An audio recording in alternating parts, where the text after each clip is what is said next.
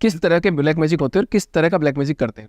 7 चक्र हैं। हाँ, ब्लैक मैजिक तो एक सर बहुत चीप वर्ड है। एक सिद्धि है, आप उस सिद्धि से एक चक्र को किसी के होल्ड कर सकते हो या अपने चक्र को जागृत कर सकते हो, या तो अपना ऑरा स्ट्रॉन्ग कर सकते हो, या बाली की तरह से मेरे सामने जो भी आएगा उसका आधा बल मुझ में आ जाएगा, ये कर सकते हो। आज भी पॉसिबल है। बिल्कुल पॉसिबल है सर। उनके सामने बड़े बड़े लोग बोल नहीं पाते, कई लोगों को मैं जानता हूं। सही बात है, ये आप बोल रहे हो कि जैसे कुछ बड़े लोग होते हैं, अगर उनके सामने जाओ तो आपकी पेट गीली हो जाएगी। एग्जैक्टली, आपको ऐसा फील होगा कि नहीं मैं नहीं बोल पाऊंगा, चाहे आप कितने बड़े प्रकांड पंडित हो, आप कितने बड़ा प्रैक्टिस करके गए हो। सर हम लोग भी प्रैक्टिस करके गए थे उन लोगों के सामने, जब उनके ऑरा देखा ना 2 मिनट के लिए मैं भी स्तब्ध होकर सिर्फ देख रहा था। मैं कहा यार ये सीन मिस नहीं करूंगा, ये तो देखना बनता है। और मैं चुपचाप सुन रहा था उनको। मैं कहा भाई क्या कमाल है इसका, क्या प्रैक्टिस करी है इसने। तो सर लोग हैं ऐसे, मंत्र मुग्ध हो जाते हैं बड़े बड़े उन्हें सुन के, चाहे वो सिंपल सी बात कर रहे हो। सिद्धि है सर, कई लोगों के पास है। तो जब भी तो बोला जाता है जो पूजा पाठ करते हैं लाखों लोगों को ये एक साथ बिठा के 10-10, 15-15 लाख लोग एक साथ मंत्र मुक्त हो जाते हैं। एक मैस्मरिज्म का आर्ट होता है, एक मेंटलिज्म का आर्ट होता है, और एक्चुअली में एक सिद्धि होती है। इनमें बहुत फर्क है। मैस्मरिज्म और मेंटलिज्म गली का छोटे छोटे भैया भी कर लेंगे, बहनजियां भी कर लेंगी, बच्चे भी कर लेंगे, कोई भी आम व्यक्ति कर लेगा। बट जो सिद्धि प्राप्ति होती है ना सर, इसके लिए कुछ ही लोग लगते हैं, क्योंकि ये सिद्धि की जो ऊर्जा है गला देती है इंसान को, और उस गलने के बाद जब इंसान निखर के बाहर आता है ना, तब सिद्ध होके बाहर आता है। तो मैस्मरिज्म करना तो ठीक है, वो हो सकता है कि एक 100,000 लोगों की पंगत जोड़ ली है, समागम लेके चल रहे हैं, वो कोई भी कर सकता है सर। लालच भी है और छोटा सा मैस्मरिज्म भी है। खाना फ्री में बांटना शुरू कर दोगे ना सर, 1000 छोड़ो 2000 लोग आ जाएंगे। लालच है ना वहां पे सर। पर आप एक सिद्धि वाले इंसान हो और आपके पास लोग आएंगे ही आएंगे। चलो मैं एक सिद्धि वाले बात बताता हूँ। नीम करोली बाबा का नाम सुना होगा? बिल्कुल सुना है सर। बाबा तो नहीं है ना? नहीं है। उस जगह होके आइए। ऐसा क्यों बोलते हैं? मतलब बार बार उनका नाम अपन हर बार हर पॉडकास्ट में सब जगह सुनते हैं, नीम करोली बाबा के पास जाइए, लाखों लोग चले गए वहां पे। तो होके तो आइए।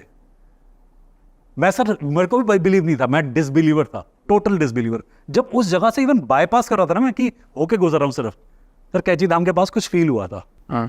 और ये खाली मैं इसलिए नहीं कह रहा हूँ कि नाम बहुत पॉपुलर है और एप्पल के मालिक ने और ये और वो स्टोरीज में बिलीव नहीं है मेरा सिर्फ प्रत्यक्ष में बिलीव था। और उन्हीं के पास नहीं सर, मस्त राम बाबा की गुफा में होके आया, काली कमली वाले के गुफा में होके आया, वहां पे उन इलाकों में बैठा, वहां ध्यान करा सर, उन पत्थरों में बैठ के ध्यान करके आया हूं। तब महसूस होता है कि यहाँ कुछ है, यहाँ कुछ घूम रहा है, कुछ चल रहा है, कुछ वाइब्रेट हो रहा है आसपास। अभी हमने काम करा, हमने हीलिंग फील करी, आपको फील नहीं हुई, काफी लोगों को फील हुई। एक रिसेप्टिविटी है ना, तभी तो फील हो पाई। कई लोग उस जगह पे जाते होंगे, कईयों को फील होते होंगे, कईयों को नहीं होते होंगे। मैं नॉन बिलीवर उस जगह पे जाके फील करके आया सर। देखिए सर, क्वेश्चन करना, डाउट करना बहुत जरूरी है। राइट। हम लोग जब तक क्वेश्चन नहीं करेंगे, डाउट नहीं करेंगे ना, तब तक वो क्लियर नहीं होता, पता नहीं चलेगा, कंसेप्ट के पास नहीं पहुंचते। हम भी तब, मैं भी जब IRS प्रोफेशन में साइंस पढ़ के आया था, लॉजिक था मेरे पास में। आज नाम के पीछे PhD लग गई है। ये लॉजिक को बढ़ाती हैं बातें। बट सर आस्था का लॉजिक नहीं होता, आध्यात्म का लॉजिक नहीं होता इनिशियली। बट जब वहां बैठ के वाइब्रेशन फील करते हैं ना, तो आपको समझ में आता है बहुत बड़ा लॉजिक है इसके पीछे। तो शक्तिपीठ गए हम लोग, शक्तिपीठ पे ध्यान करने के लिए गए। मंदिर के बाहर बैठाया मैंने अपने एक स्टूडेंट को, मैंने कहा पीठ लगा ले मंदिर से, मंदिर तेरे मुंह की तरफ नहीं है, पीठ की तरफ है, अब तो ध्यान में जा, और जो होगा ना मैं तेरे बताऊंगा नहीं क्या होगा, अपने आप बताना। सर वो 1 घंटे के ध्यान के बाद फूट फूट के रोया। कहता सर ऐसा लगा माँ ने सर पे हाथ फेरा है 2 बार, और उसकी माँ को गुजरे पता नहीं जमाने हो गए। कहता तो देखी भी नहीं अपनी माता। कहता यहीं खड़ी थी मेरे साथ में, 2 बार सर पे हाथ फेर गई है। सर ये इतना इमोशनल चीज थी ना उसके लिए। कहता सर मैंने कभी माँ को, माँ शब्द सुना है बट माँ की अनुभूति नहीं है मेरे पास कि माँ को फील कैसे करते हैं। बचपन में चली गई थी, जन्म दिया चली गई, अब कैसे कंपैरिजन कैसे करें, स्टेंसिल ही नहीं है। कहता सर मुझे जब ये फीलिंग आ सकती है तो आपको कैसे आती होगी या बाकियों को कैसे आती होगी। और ये शक्तिपीठ की होता हूँ सर आपको। आपने अष्टलक्ष्मी की बात करी थी, अष्टलक्ष्मी का क्या फॉर्मूला है? सर अष्टलक्ष्मी का सिंपल फॉर्मूला होता है कि आप अपनी एक वाइब्रेशन को हाईएस्ट कर दे। किसी भी चीज को, कोई सिद्धि प्राप्त करनी हो, आप मनसा वाचा कर्मणा में एक वाइब्रेशन पे उतरा है। आपको सक्सेस चाहिए ना, जब तक आपके हर एक माइंड में सक्सेस ना पहुंच जाए, सक्सेसफुल नहीं हो सकते।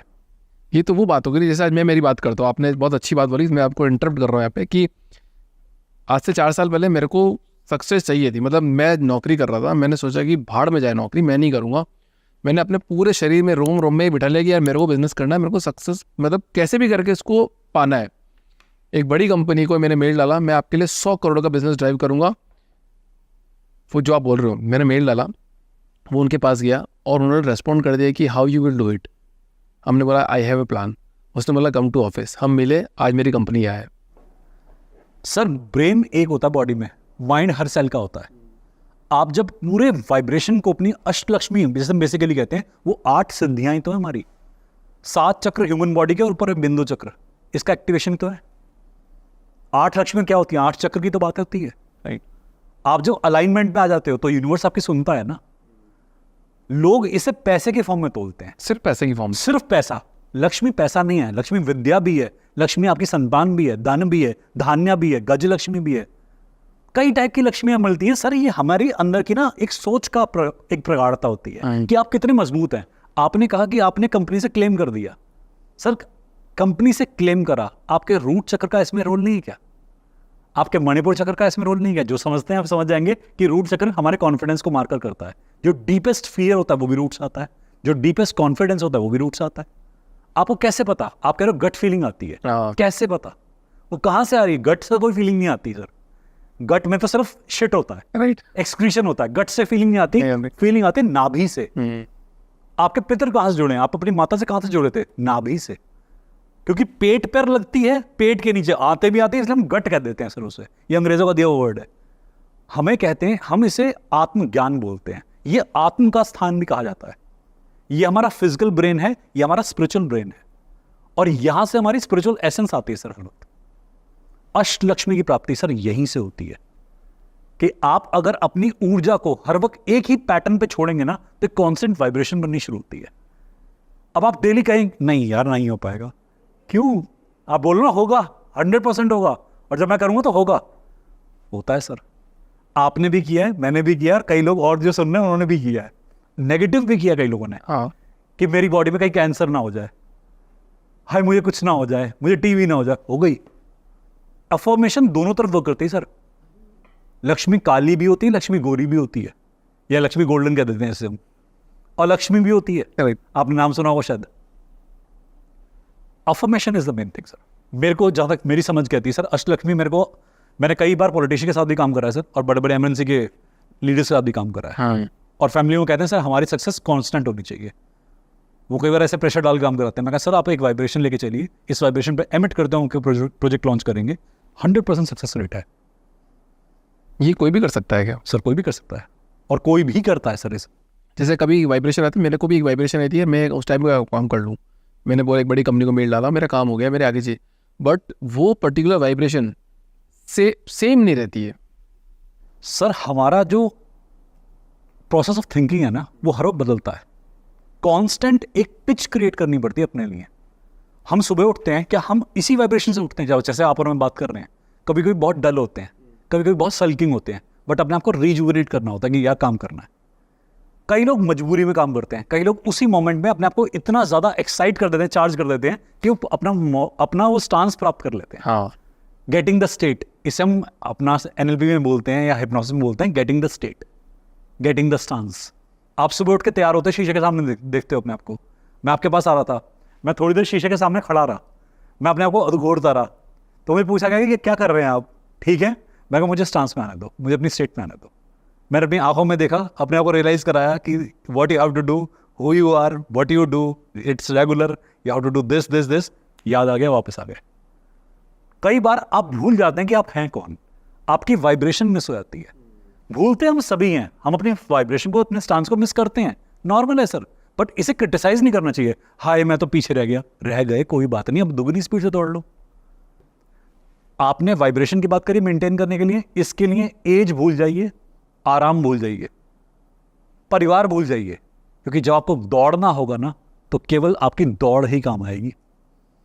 और सर आगे बढ़ना है ना किसी भी फील्ड में, तो सर सब भूल के सिर्फ दौड़ पे ध्यान देना होता है कि यू हैव टू रीच।